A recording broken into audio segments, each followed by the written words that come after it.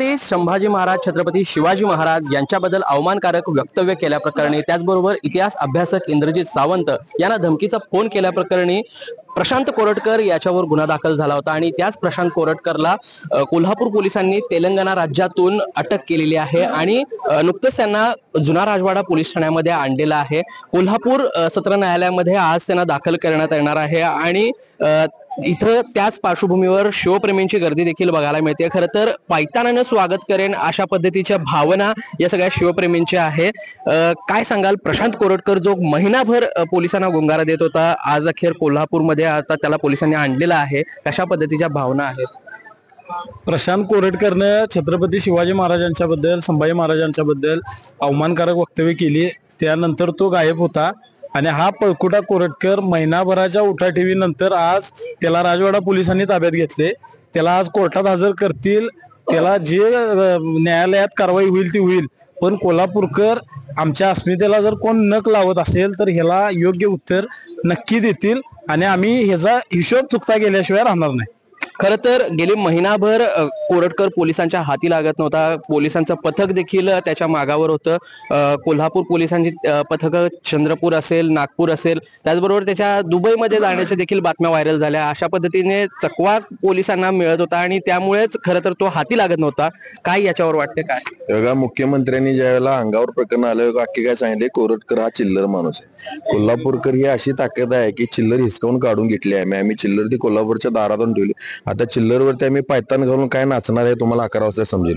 दुसरी महत्वाची गोष्ट म्हणजे प्रशासनाचा या ठिकाणी आम्ही जाहीर निषेध करतो का, कारण छत्रपती शिवाजी महाराज छत्रपती संभाजी महाराज समजतो कोल्हापूरकरांचेच नव्हे तर समस्त महाराष्ट्र देशाची अस्मिता आहे आणि त्यांना ज्यापर्यंत आमचे मित्र म्हटले की त्यांना नख लावण्याची भूमिका यांनी घेतली, परंतु तो ओरबडा काढल्याने देखील शासन गप्प बसलं का? शासन सोयीस्करित्या शांत बसलं होतं। काल ज्यावेळेला दुबईला पळाला त्यावेळेला ज्यावेळेला बातमी बाहेर पडली त्यावेळेला प्रकरण पूर्णपणे आंगलट काळानं तासाभरात त्याला तेलंगणामध्ये अटक कशी झाली, हे सगळे कुभांड आहे। ते कोरटकरवरनं किंवा आणि दुसऱ्या विषयांच्या वरनं लक्ष घालण्यासाठी ते नागपूरमध्ये ती दंगल जी काही घडली त्यामध्ये पण ह्या सगळ्यांचा हात आहे। खऱ्या अर्थानं 12 बलुतेदारांचं जे राज्य आहे ते विस्फोटून एक वेगळी धर्मांध शक्ती निर्माण करण्याचा जो काही राज्य शासनाचा प्रयत्न आहे तो कोल्हापूरकरांनी मोडून काढला आणि देशात जे घडते त्याला खरी क्रांती कोल्हापुरात याने इथून पुढे छत्रपती शिवाजी महाराज संभाजी महाराजांच्या बाबत जर कोण काय उद्गारले तर त्याचा धडा कसा शिकवाय तुम्हाला 11 वाजता जाहीरपणे दिसेलच। नक्कीच संभाजी महाराज असू देत, शिवाजी महाराज असू देत, याबद्दल वक्तव्य करणाऱ्यांवरती धडाका लावला जाईल असं म्हटलं जाते। मात्र जो इतिहास मांडले जातात त्या इतिहास प्रेमींवरती देखील अशा पद्धतीची वक्तव्य होत आहेत आणि त्याबद्दल काय वाटतंय? इतिहास प्रेमींच्यावर वक्तव्य करणारे म्हणजे रेशीमबागेतले गुलाम आहेत काय? त्यांना आजपर्यंत कधी तोंडवर काढता आलं नाही। खऱ्या अर्थानं मराठा म्हणून मी का सांगू शकतो, मराठ्यांचं साम्राज्य म्हणून का सांगू शकतो, इथून याच मातीतून दिल्ली तख्तापर्यंत ते पेशावरपर्यंत मराठ्यांनी साम्राज्य निर्माण केलं, कुठल्या लंगोट्या संगोट्याने केलं नाही आणि बाकी जी होती ती मुघल मसलेली होती। आणि जो आमचा इतिहास आहे ज्या छत्रपती शिवरायांच्या बद्दल जे बोलत आहेत, भकत आहेत, त्याला बळ कुठनं मिळालं? नागपूरमधनं मिळालं। तो दलाल आहे, त्या दलालाला सामील कोण कोण होती यांची जरा चौकशी करा। कोल्हापूर पोलिसांचं मी अभिनंदन करतो यासाठी की त्यांनी रात्रीचा दिवस केला आणि त्या कोरटकरला इथं आज पकडून आणला, पण त्याला कोल्हापुरात खऱ्या अर्थाने शिवभक्त मावळा त्याला ठोकल्याशिवाय राहणार नाही। नक्कीच शिवभक्त मावळा ठोकल्याशिवाय राहणार नाही अशा पद्धतीची भावना आहेत। कोल्हापूरमध्ये आल्यानंतर कोरटकरचं स्वागत पायतानानं करणार अशा पद्धतीने सोशल मीडियावर पोस्ट देखील व्हायरल होते। कशा पद्धतीनं काय भावना शिवप्रेमी? नाही, ते आम्हीच पोस्ट टाकलेली आहे, कारण कोल्हापूरकर एखाद्याला डोक्यावर चांगलं काम केलं तर घेतात आणि आगावपणा केला तर पायतान दाखवतात, ही कोल्हापूरची खासियत आहे। त्यामुळं छत्रपती शिवरायांच्या बद्दल जो खालच्या पातळीवर बोलला, चरित्र हनन करण्याचा ज्यानं प्रयत्न केला त्याचं स्वागत हे कोल्हापुरी पायतानानं आम्ही 100% करू।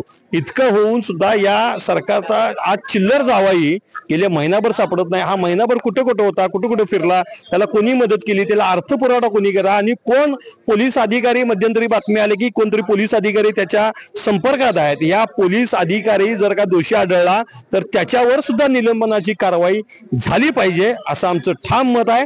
आणि मी तुमच्या या चॅनलच्या माध्यमातून कोल्हापूरकरांना आवाहन करतो की 11 वाजता कोल्हापूर कोर्टात या, खिशात चिल्लर आणि पायात पायतान घेऊन या, त्याचं आपण स्वागत 100% करूया। नक्कीच आपण बघतोय कोल्हापुरातील याच जुना राजवाडा पोलीस स्टेशन मध्ये प्रशांत कोरटकरला नुकतंच आणण्यात आलं होतं आणि त्याला आता जी त्याची कायदेशीर कारवाई आहे ती पूर्ण पार पाडली जात आहे। त्याची वैद्यकीय तपासणी केली जाणार आहे आणि त्यानंतर न्यायालयात त्याला हजर केलं जाणार आहे आणि त्याच पार्श्वभूमीवर कोल्हापुरात मोठा पोलीस बंदोबस्त देखील तो ज्या ज्या ठिकाणी जाणार आहे त्या सर्व ठिकाणी पोलिसांनी मोठा पोलीस बंदोबस्त ठेवलेला आहे आणि जेणेकरून शिवप्रेमींचा उद्रेक हा मोठा वाढू नये आणि कायदा आणि सुव्यवस्थेची परिस्थिती निर्माण होऊ नये यासाठी पोलीस प्रशासनानं नेमकी काळजी घेतलेली आपल्याला बघायला मिळते। या प्रकरणात नेमकं काय होतंय, कोरटकरला नेमकी कशा पद्धतीने शिक्षा होते किंवा काय होतंय हे सगळं पाहणं देखील महत्त्वाचं ठरणार आहे। महासत्ता लाईव्ह साठी मी साईप्रसाद महेंद्रकर, कोल्हापूर। अशाच ताज्या अपडेटसाठी महासत्ता न्यूजला सबस्क्राईब करा।